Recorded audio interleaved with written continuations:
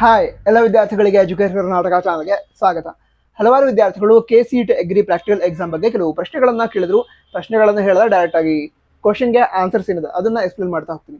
ಮೊದಲಾಗಿ ಈಗ KCET agri practical ಎಕ್ಸಾಮ್ಗೆ ಸೆಪರೇಟ್ ಆಗಿ ಅಪ್ಲಿಕೇಶನ್ ಇರಲ್ಲ. ನೀವು KCET ಅಪ್ಲಿಕೇಶನ್ ಹಾಕ್ಬೇಕಾದ್ರೆ ಅಲ್ಲಿ ಅಗ್ರಿಕಲ್ಚರ್ ಕೋಟಾಕ್ಕೆ ಎಸ್ ಅಂತ ಕೊಟ್ಟಿದ್ರೆ ಅದೇ KCET ಪ್ರಾಕ್ಟಿಕಲ್ ಎಕ್ಸಾಮ್ಗೆ ಅಪ್ಲಿಕೇಶನ್ ಆಗಿರುತ್ತೆ.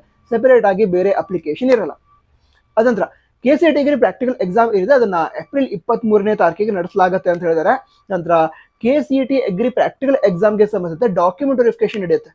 ಅಂದ್ರೆ ಈಗ ಏನು ಆನ್ಲೈನ್ ಡಾಕ್ಯುಮೆಂಟ್ ವೆರಿಫಿಕೇಶನ್ ಆಯಿತು, ಅದನ್ನ ಬಿಟ್ಟು KCET ಅಗ್ರಿ ಪ್ರಾಕ್ಟಿಕಲ್ ಎಕ್ಸಾಮ್ಗೆ ಅಂತಾನೆ ಮತ್ತೊಮ್ಮೆ ಡಾಕ್ಯುಮೆಂಟ್ ವೆರಿಫಿಕೇಶನ್ ನಡೆಸ್ತಾರೆ.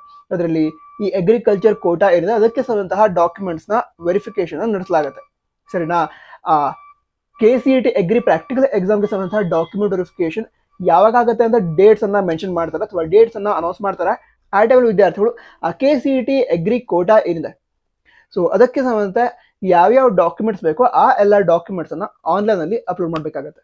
ಅಪ್ಲೋಡ್ ಮಾಡಿದ ನಂತರ ನಮ್ಮ ಕೇದವರು ಆ ಡಾಕ್ಯುಮೆಂಟ್ಸ್ ಅನ್ನ ವೆರಿಫೈ ಮಾಡ್ತಾರೆ. ನಂತರ ಯಾವ್ಯಾವ ವಿದ್ಯಾರ್ಥಿಗಳ ಡಾಕ್ಯುಮೆಂಟ್ಸ್ ಸರಿಯಾಗಿದೆ ಅವರ ಲಿಸ್ಟ್ ಅನ್ನ ರಿಲೀಸ್ ಮಾಡ್ತಾರೆ. ಅಂದ್ರೆ ಎಲಿಜಿಬಲ್ ಕ್ಯಾಂಡಿಡೇಟ್ಸ್ ಏನಿರ್ತಾರೆ KCET ಅಗ್ರಿ ಪ್ರಾಕ್ಟಿಕಲ್ ಎಕ್ಸಾಮ್ ಬರೋದಕ್ಕೆ ಅವರ ಲಿಸ್ಟ್ ಅನ್ನ ರಿಲೀಸ್ ಮಾಡ್ತಾರೆ. ಅದರ ನಂತರ KCET ಪ್ರಾಕ್ಟಿಕಲ್ ಎಕ್ಸಾಮ್ನ ಅಡ್ಮಿಟ್ ಕಾರ್ಡನ್ನ ಕೊಡ್ತಾರೆ. ಆ ಅಡ್ಮಿಟ್ ಕಾರ್ಡನ್ನ ಡೌನ್ಲೋಡ್ ಮಾಡ್ಕೊಂಡು ಪ್ರಿಂಟ್ ಔಟ್ ಅನ್ನು ತೆಗೆದುಕೊಳ್ಬೇಕು.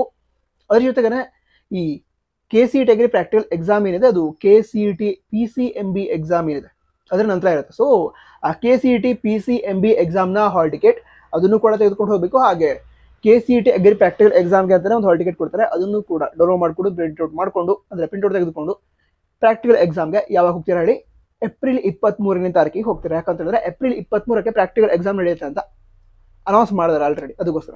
ನಂತರ ಇದಷ್ಟು ವಿಷಯ ಆಗಿತ್ತು. ಬೇರೆ ಡೌಟ್ಸ್ ಇದ್ರೆ ಕಮೆಂಟ್ ಬಾಕ್ಸ್ ತಿಳಿಸಿ. All the best. ಜೈ ಹಿಂದ್, ವಂದೇ ಮಾತರಂ.